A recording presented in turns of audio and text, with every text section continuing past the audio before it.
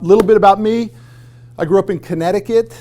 I was an entrepreneur very early on, mowing lawns, shoveling snow, walking dogs, babysitting, all that sort of stuff. I always had an entrepreneurial flavor to my existence. I always knew I wanted to be the boss. I very early on knew that I didn't want to work for someone. I don't know where that came from. It is a DNA element of entrepreneurs and business owners. They know very early on they're probably not going to be a great employee, and they probably have to go do something on their own. I knew that very early on, and what I'm talking like 8, 9 years old. But it became a very messy road for me. I started my primary business when I was 25 years old. I moved to Dallas, Texas. I didn't know anyone. I didn't have a friend of a friend. I literally knew no one. And I started in a dumpy little one-bedroom apartment with as Andrew said, with a phone and a folding table, a folding chair, and a Yellow Pages. Do you guys know what a Yellow Pages is? Yeah. I love it that some people don't know it. A Yellow Pages is like the early days of the internet. It was a yellow book that would be delivered to your front doorstep, and if you needed a plumber, you would go to the P's and you'd start and pick the plumber that you wanted, and it would start with like A Plumbing. And then they got smart and said, well, if I change my name to AAA Plumbing, well, I'll rank number 1. It was the early days of search engine optimization. And then they got crazy, and it would be AAA Plumbing, right? So they would rank number 1. And I would grab those Yellow Pages, and I would cold call. I would turn to trucking or transportation or construction, and I would cold call. Hundreds of calls a day. You want to buy, you want to buy, you want to buy, want to buy, want to buy, want to buy, want to buy. It's what I ended up sort of coining the term making money, not making money. Making money, not making money. That's how it went. And then I went broke. Whatever little bit of money I had, which was not much, under $1,000 I started the company, I lost it all. My car got repossessed. You guys know what getting a car repossessed means? Somebody tell me what that means. It's when you can't pay your car payment, so the bank or whatever bank you wanted to will come in with a tow truck, take it to them. That's exactly what happened. I watched the whole thing happen out my dumpy little one-bedroom apartment. I watched them pick my car up and drive it away. Remember, I didn't have a friend of a friend. I hardly had a client. I had no money, and my only mode of transportation just got taken. Yeah. What were you selling? Good question. I was selling the same thing that our company sells today, financing for big rigs, the big trucks that go up and down the highways, okay? Those trucks are expensive and people need financing for that. Very rarely does someone stroke a check for those big trucks. They need financing. And I saw very early on that that was fairly dominated by big publicly traded banks. Wells Fargo, Bank of America, BB&T, GE Capital. They were dominating that space. And I said, you know what? If those guys are doing $3 billion a year. If Wells Fargo, by the way, last year Wells Fargo did $3.5 billion in just big rig financing, just that, not to mention all the other things they finance. I said, boy, there's got to be some crumbs left over, right? There's got to be like some deals that they don't care about. There's got to be some customers that they don't care about. What if I went and found those customers? Would they want to do their financing with me? Okay, that was my business model. The car got repossessed. I want to tell you guys something too. You know, those dark days that I might be describing to you guys. Has anybody ever, you know, if any of your families ever had a car repossessed? No kidding, man. My brother. Yeah, that was a bad. Yeah, he just couldn't pay off, so he got upset. Well, thank you for admitting that, my man. That's cool of you to admit that. Long story short, I walked to the gas station. There was a little gas station on the corner, a Shell gas station, Shell. You know what I'm talking about, the Shell? And I had a gas card, and on that gas card I had a $40 credit limit, and I bought $40 worth of milk and Frosted Flakes, and I walked back to that apartment and I said, this is not how my life finishes. I'm capable of more. I'm going to fix it. And then I went from making 100 cold calls a day to 200 cold calls a day. And that didn't go on for a day or a week, guys. I'm talking that went on for years. Finding it. How am I going to turn this business around? How am I going to turn this business into something? And I'm proud to say that not just of my efforts, but the efforts of my team. Last year we did 160 million. Okay, we've done close to $2 billion since I started. We're probably the largest independent finance company in that space in the country.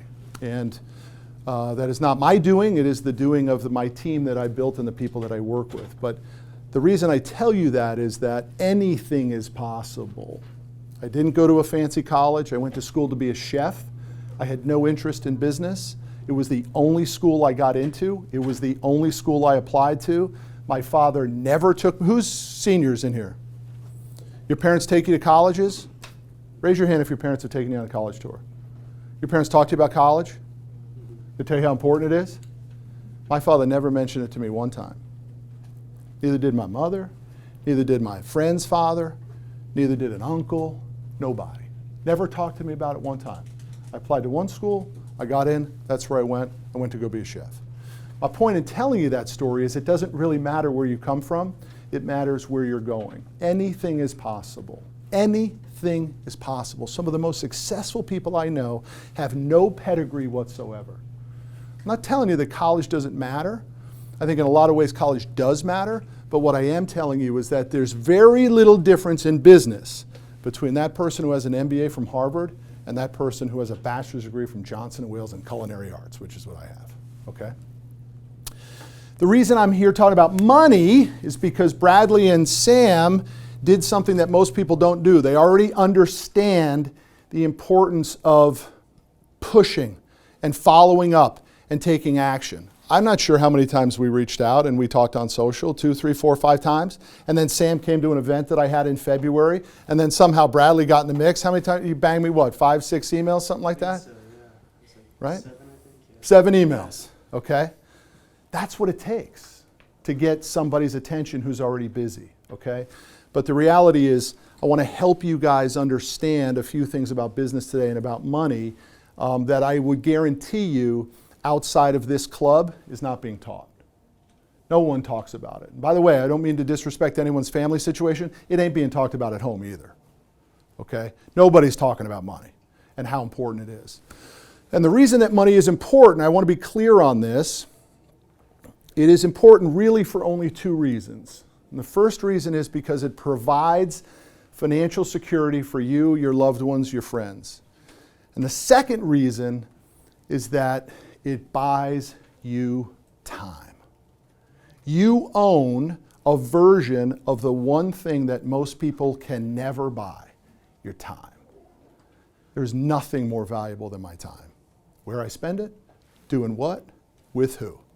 And if you can put yourself in a position where you can live a life in which I only do what I want, with the people that I like to do it, doing the stuff that we like to do, you just bought some time.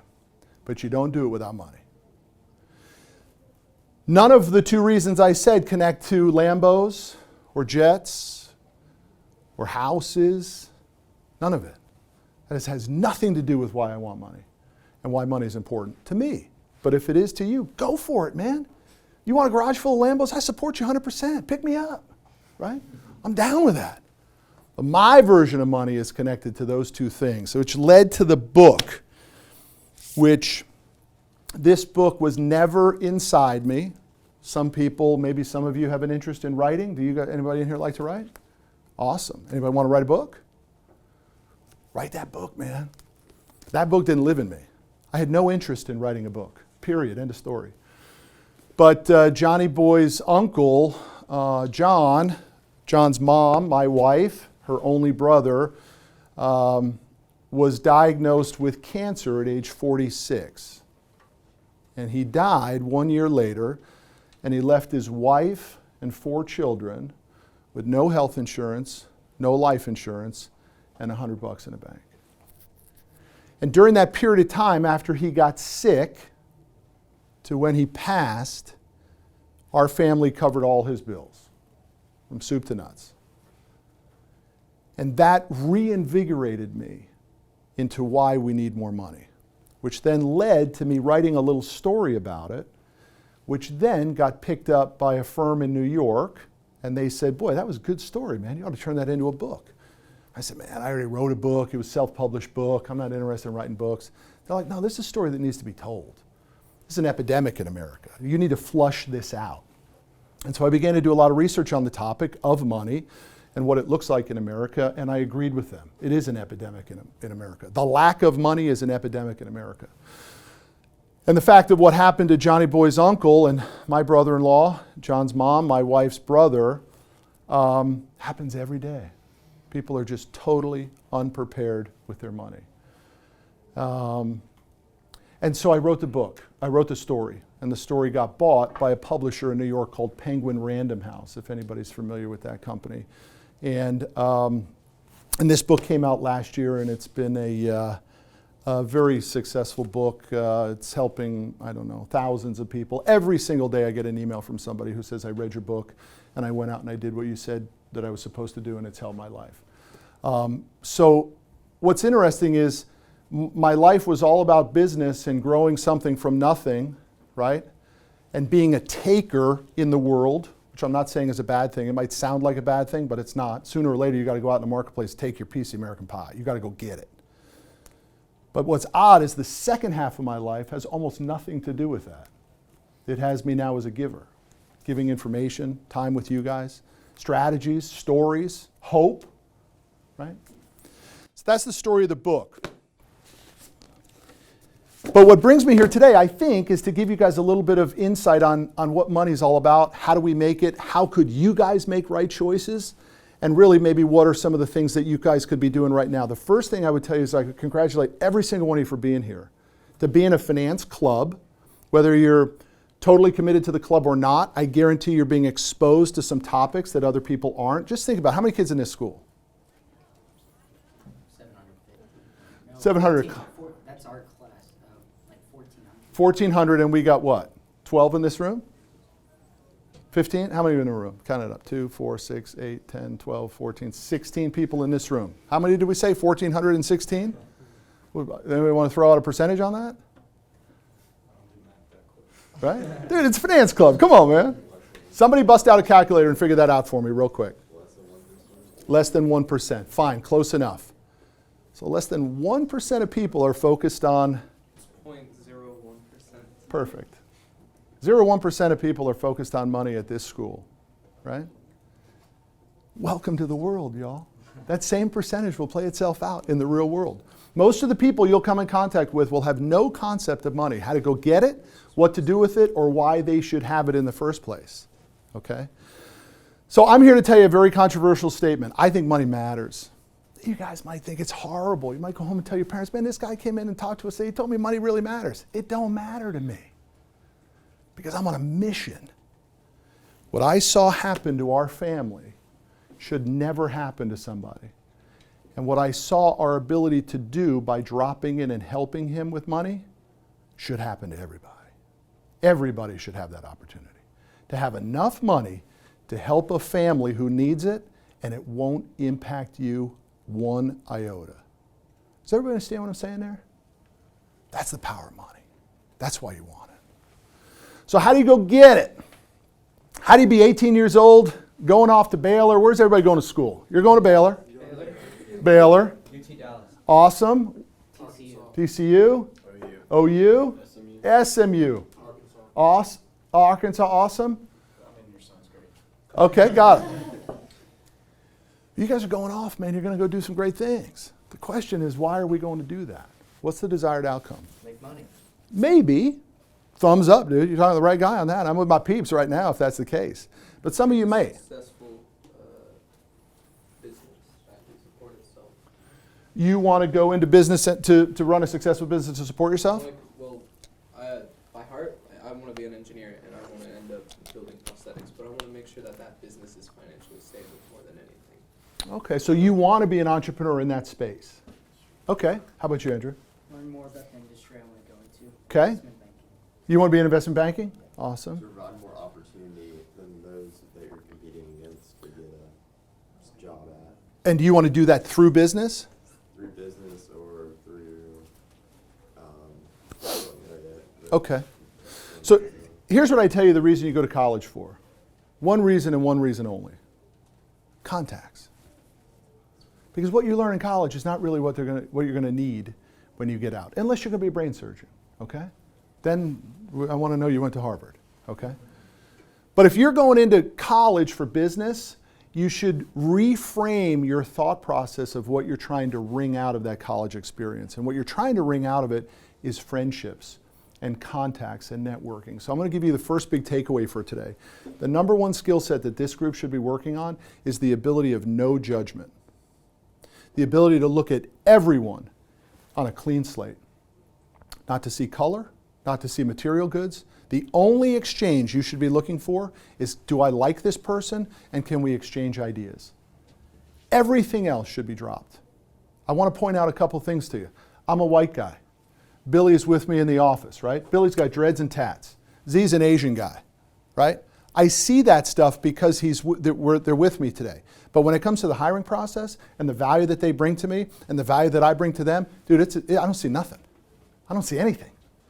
I see a person that can help me and me the ability to help somebody else. That's the number one skill set you guys should develop. The ability of no judgment. Let me explain why.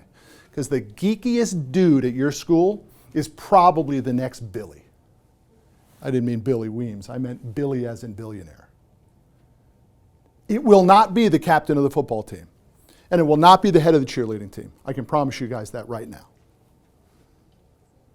The richest people will most likely be the people that were outsiders in high school. And you want to get connected with them. Just look at it. Zucks wasn't the most popular guy in high school. You guys know what I'm talking about? Mark Zuckerberg? Yeah. Bill Gates wasn't the most popular guy in high school. Steve Jobs wasn't the most popular guy in high school, right? And the reason that those people end up doing things is because they don't have distraction. They actually don't have the distraction of being popular or being cool or being already so supported. You know what they're building? They're building grit and toughness and focus. And that is a massive element of people's success, the ability to stay tough and stay gritty. It's the same thing that happens when your car gets repossessed and you're down to $40 on milk and frosted flakes. It has nothing to do whether you were good in sports in high school, right? It had to do you have the toughness to pull it out? So I would challenge you guys right now, as my first takeaway for you guys is develop the skill set of no judgment. The ability to see everyone on the same playing field. Because let me tell you something, if you walk down the hall and you are the person in high school that's really nice to that geeky dude who everybody else ostracizes and doesn't invite him or her to parties and stuff like that, doesn't care about that dude, that guy's got something going on in his head right now, I promise you. And you know where else that's happening? All over the world. Same thing's happening in China, and it's happening in Argentina, and it's happening in Russia. Let me tell you guys something. Russia and China are coming for us. Those kids are not buried in Facebook, or for you guys, Instagram or Snap. Those guys are buried in textbooks. The distractions that we're living with, they are not living with. You know what they're looking for? Anybody with a guess of what kid in China or kid in Russia is looking for? Well, Looking for the American dream. I want what America's got. And they're coming for it. So you guys have a tougher environment to compete against, okay? Just ask yourself, do you think it's easier today to open up a coffee shop than it was 20 years ago? It's much harder. Why? There's public companies. And who is it? Who is it? It's Starbucks. Gents, what's up? Let me ask you a question. You think it's harder to open up a hamburger stand today than it was 25 years ago? yes. Why? McDonald's. Name them, McDonald's, Burger King, Wendy's, whatever. Let me ask you this question. You think it's harder to start a landscaping company than it was 20 years ago? Of course. Guys, there are barrier of entries to everything, which is my second takeaway for you guys today, which is what platform are you going to choose? What are you going to study in school? And then what industry, I call it platform, what career path are you going to take afterwards? So let's go around the room. Who's thinking about doing what? You're going into investment banking. You're going into prosthetics. I like that. Housing. Give me the detail. What do you mean by housing? Buying and renting out houses. Okay, real estate. Private equity. Private equity. 2 private equity guys. All right. How about you, Bradley? Private equity. Private equity. Anybody else know what you think you might want to do? I want to be a doctor. You want to be a doctor. Love it. Awesome. Anybody else? How about you guys? You know what you're going to do in your career path in life? What's your life going to look like, dude? An engineer? At Civil. All right. Yeah. Real estate development. Cool. So we hear a lot of that. I actually get some duplicates career paths in here. Why do you guys pick these? What makes you want them?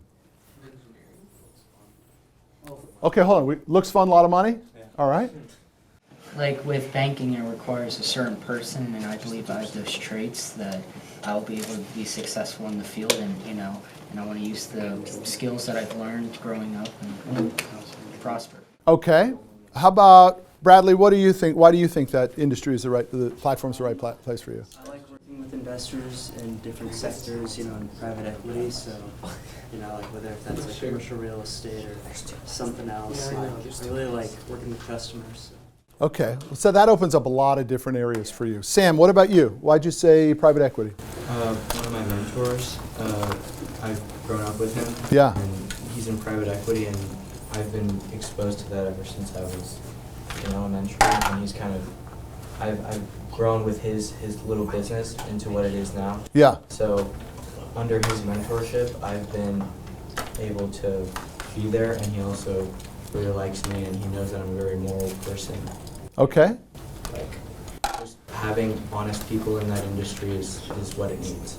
Okay. So you want to be the face of change in private equity. You want to contribute in that regard, or you just want to make a ton of money? Both. Okay. Very noble causes. How many people, when I ask that question, are like, damn, I don't have an answer for this guy. Like, I don't have any idea what I want to do. Yeah, raise him high, man. Dude, raise it high. Who else? Good. 2, 3, 4, 5. Come on, that's a little bit more like it, right? What I would tell you is not to sweat it. I don't think it matters yet. I think for those of you that have some direction, I think it's great. I would stay in that lane if you want, but don't be afraid to zigzag a little bit. It's all about zigzags. Because what we're learning is how to get along with people, how to not have judgment. And the third big takeaway for you guys is to begin to understand who the heck you are.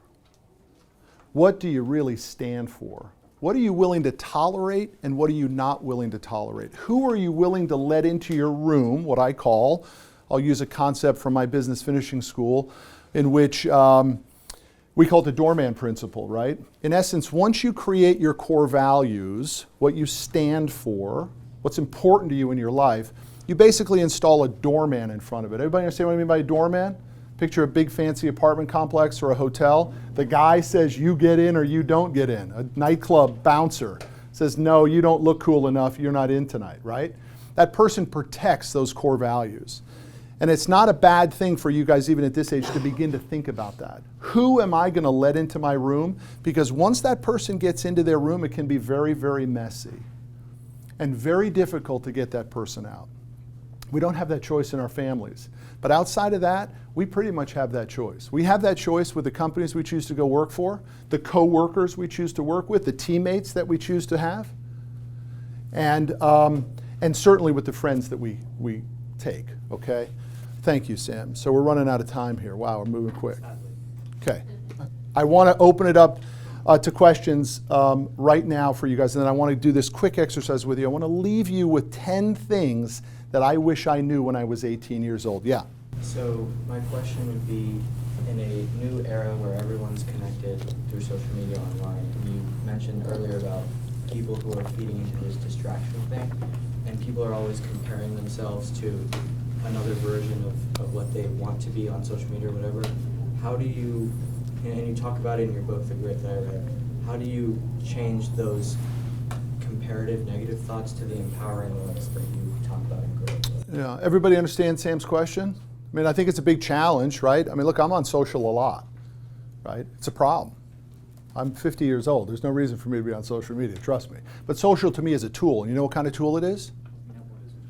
Free! It don't cost me nothing. I can pump all the content I want to any industry I want. I can create target audiences. I can select truckers and transportation companies and towing companies. I can focus on my ideal customer. You know how much it costs me? Nothing. Social's a tool for me. That's all it is. For some people, it's a lifestyle. It's an addiction. I will go so far as to say it is an addiction. So here's my answer to Sam. I would tell you, you get really clear on your core values and what you stand for and the life that you want to lead and live, and then don't lay off those distractions. I'm fortunate enough to know a couple billionaires. And let me tell you a primary, inalienable fact about uber rich people. They have unbelievable focus. Their distractions are minuscule. When they lock and load on something, they are all in. When we're doing this all day, I'm not trying to beat the drum, guys. I'm not trying to be the people that tell you don't do that stuff. But I'm telling you, when you're doing this and you're watching a fight, or you're watching two people argue, or you're watching, a lion walk up behind a guy and attack him, except there's a, clear wall there. You know what I'm talking about. We've all seen these videos, right? There's some guy someplace else who's only in a book doing exactly what it is that they know they want for their future. This is an unbelievable waste of time and skill and potential. Doesn't mean you shouldn't do some of it. Find out what's going on in your friends and your family lives. But if your day starts with where is it and I need to do this, I can already tell you you're one step away from catching big money. The big money is not doing that. The big money is doing this with only a feed that's of interest to where they want to go. Any other questions? I want to finish 5 minutes. Yo. If you had to choose one other career path, what would it be? That's a great question. I am choosing another career path right now. The second half of my life will be teaching and writing, speaking. So I am in that. I actually believe that was a calling of mine from the beginning. But I would have chosen private equity, no questions asked. There is no questions. I would have chosen private equity, and I'd be rolling around in a jet. Your core values, when you started your company, did they grow and change as your company grew as well, or did you stick to them? Dude, that is such a powerful statement, and I already know, by the way, it's somewhat connected to your desired career path. If you can connect those two dots, I can connect them for you right now and tell you that's already a superpower of yours. We had no core values. The only core value when I started the company was to make money and survive. Then I had a wife and 3 boys, and it was feed the kids. Okay, our core values really only started in the mid-2000s, and then in 2015, I did something that's called torching the company. I literally tore the company down and rebuilt it only on core values. And that is the only thing I do. My sole role at Commercial Fleet right now, that company I started all those years ago, is the keeper of the culture. That is my job. All I do is make sure that the company culture is upheld. I don't process deals. I don't hire people anymore. All I do is make sure that that company is in existence to live our core values. Okay, let's keep rolling. Your biggest regret? My biggest regret?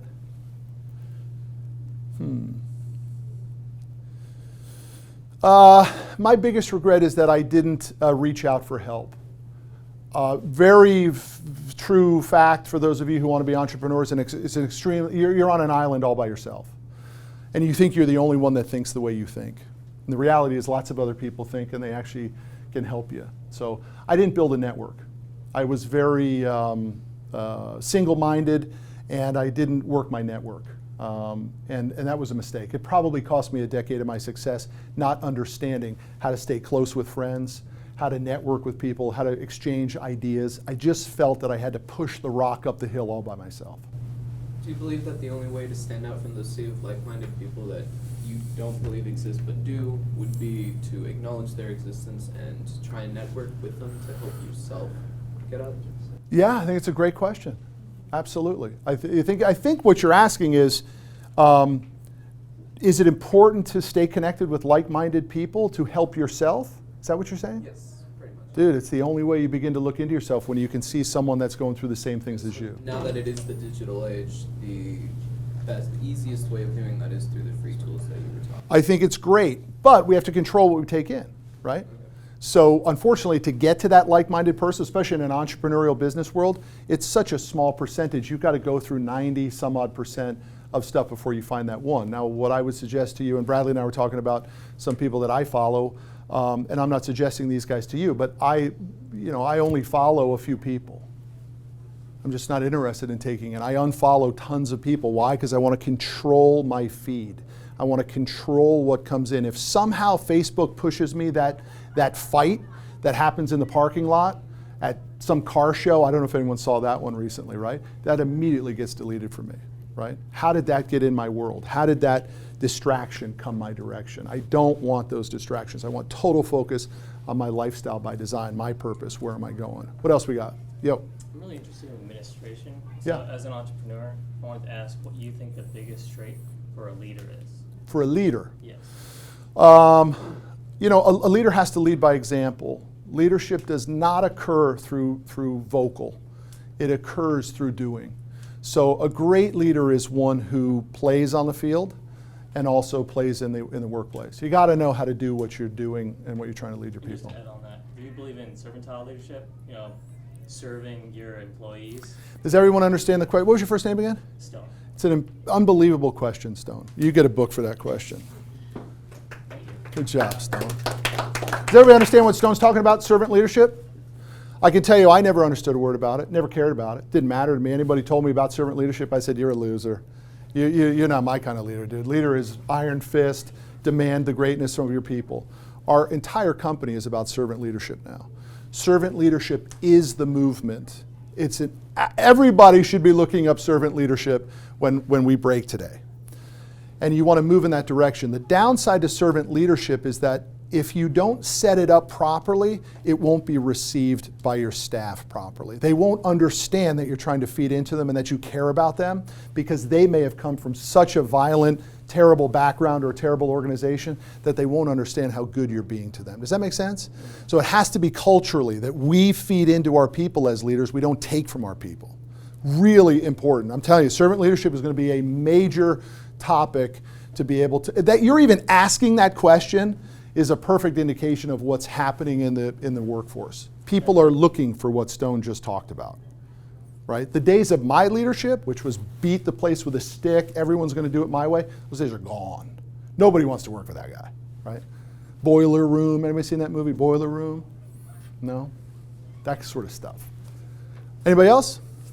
Okay, so you said a little bit earlier that you were like on an island, you know, an entrepreneur trying to be at the top. Obviously in life we have to have like conversation with people, you know, meet up, network. How do you not come across as like being selfish or arrogant, you know? You're just trying to be successful in it. It's super questions, man. Really great question. I'll give you a book for that one too, buddy. That's a great question. So, you know, the topic of really what you're getting to is the level of humility. Humility does come from confidence in your work ethic, knowing that you will put in the work to be successful. It's a huge element of confidence. Well, just look from our sports guys here. Those who spent the most time doing wall ball feel the most confident, and actually sometimes the most humble on the field. Same thing happens in the workplace. When you're networking up, there's nothing better than humility. Let me explain why. I hope I don't come across gruff here. The only reason, the only person you're fooling when you're trying to network up, and by the way, when you're picking a network, a mentor or a network to be part of, it must be super higher than where you are. It's not called networking when you're hanging out with people at your level. You must mentor and network way high. They see your BS coming. You're the only guy in the room who doesn't see it. Does that make sense? You walk into a super successful guy and you start puffing your chest and your company's 4 days old. You don't see it, but they do. And what they're looking for is not your success, dude. They're already successful. You know what they're looking for? Humility. They want you to fall on the sword and say, I don't know what I don't know. Can one of you help me? And that's when the greats come out. And they're like, of course. Can't wait to help you. In fact, I wish I did it, right? Who has the biggest regret? Right. That's my point. I wish that I had fallen on the sword early in my career, but I felt like I had to impress everybody. I had a company that just had the car repossessed and I was walking around like it was a great company, right? It's ridiculous. Cost me a decade of my success. Let's keep rolling. Yo. So as an entrepreneur, like if you have an idea, but the idea has already been done, Yeah. do you just try to do it better, or do you try to find a new idea, or like what do you do with that? Yeah. It's super question. You do have to find the problem that exists, and that opens up doors. If you're not solving a big problem, there is no reason to go into the business. There's only 2 reasons to go into business. I'll leave you guys with this if we don't have time to get to this. I'll give this as a handout for you guys. There's only 2 reasons to go into business. The first reason that you want to go into business is because you have the ability to solve a unique problem that you don't think is being solved in the marketplace. Does everybody follow me on that? That's the only reason. If you're going to go into business to compete against Starbucks, it's a horrible idea. But if there's a problem that exists within that supply chain or in that process or that service or that customer experience within Starbucks and you can solve that, that's a reason to go into it. The second reason you want to go into business is when the market is so big that there are crumbs left over. And that's what I chose to do in my business. I said large publicly traded banks financing vehicles at billions of dollars a year, I can pull 100 million out of it. Okay?